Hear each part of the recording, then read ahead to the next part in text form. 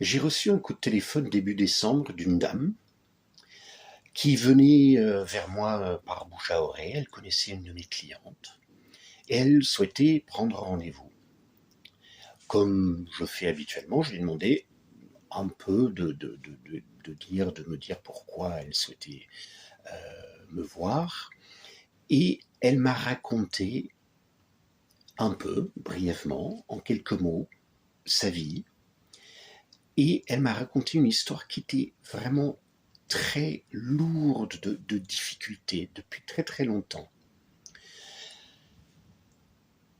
Elle avait aussi aujourd'hui des problèmes et aussi depuis assez longtemps des problèmes de santé physique, des problèmes intestinaux, des problèmes de sommeil et des problèmes tout simplement lourds à gérer dans sa vie.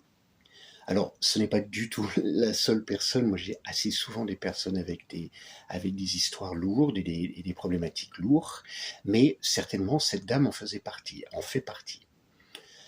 Je lui ai posé la question de connaître son âge, et elle m'a révélé qu'elle avait 78 ans, bientôt 79 ans.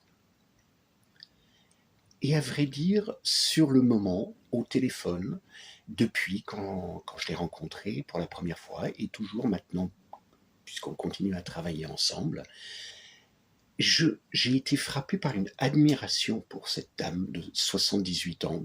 Maintenant, elle est passée à 79 ans.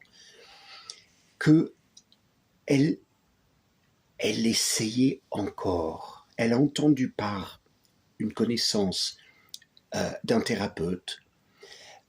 La personne lui en a parlé en bien. Eh bien, elle a téléphoné, elle m'a appelé, elle est venue. Et je trouve ça absolument admirable d'avoir encore ce gnaque, cette volonté. Elle ne s'est pas laissée aller à un fatalisme, malgré les difficultés de ce qu'elle avait pu endurer très franchement tout au long de sa vie. Eh bien, à 78, 79 ans, elle continue encore à vouloir, à croire. Pour moi, c'est une énorme expression de foi, une foi dans la vie. Et quand j'ai su ça, quand j'ai entendu ça, je me suis dit, oh, déjà, incroyable, bravo, mais aussi,